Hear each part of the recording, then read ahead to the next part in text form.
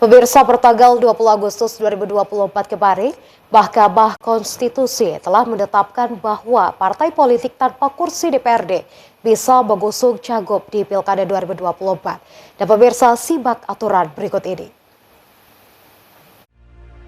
Mahkamah Konstitusi atau MK pada Selasa 20 Agustus telah mengabulkan permohonan Partai Gelora dan Partai Buruh soal Undang-Undang Pemilihan Kepala Daerah atau Pilkada.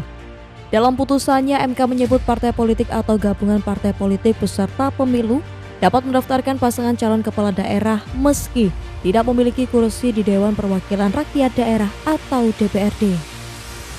Putusan Mahkamah Konstitusi yang dibacakan oleh ketuanya Soehartoyo itu membatalkan syarat bagi partai politik atau gabungan partai untuk mengusung pasangan calon dalam pemilihan kepala daerah bila memiliki minimum 20% kursi di DPRD atau paling sedikit 25% perolehan suara.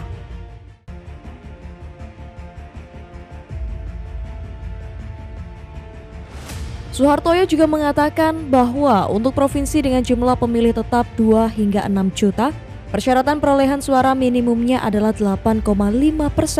Sementara itu bila jumlahnya 6 hingga 12 juta, maka syaratnya adalah 7,5%.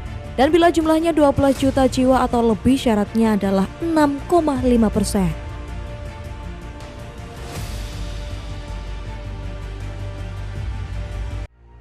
Untuk mengusulkan calon bupati dan wakil bupati atau calon wali kota dan calon wakil wali kota, kabupaten kota dengan jumlah penduduk yang termuat pada daftar pemilih tetap DPT sampai dengan 250.000 jiwa.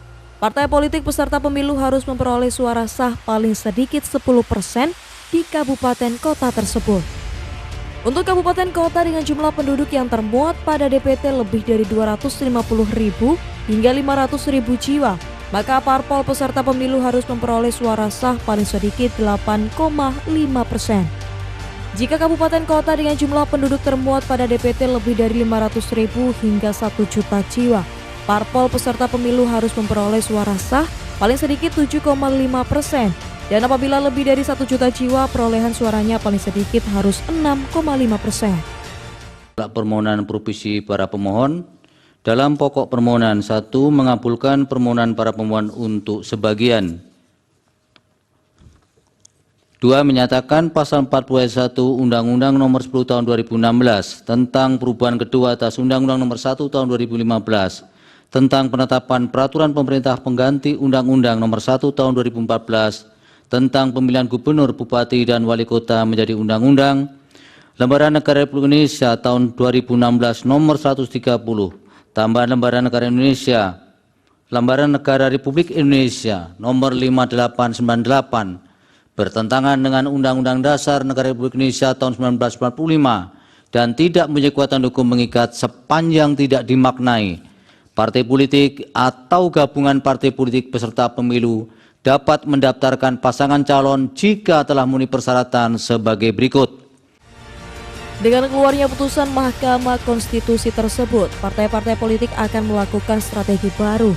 Putusan ini juga menyebabkan jumlah kandidat yang bertarung lebih banyak, sehingga masyarakat diberi lebih banyak pilihan. Tim TV9 melaporkan.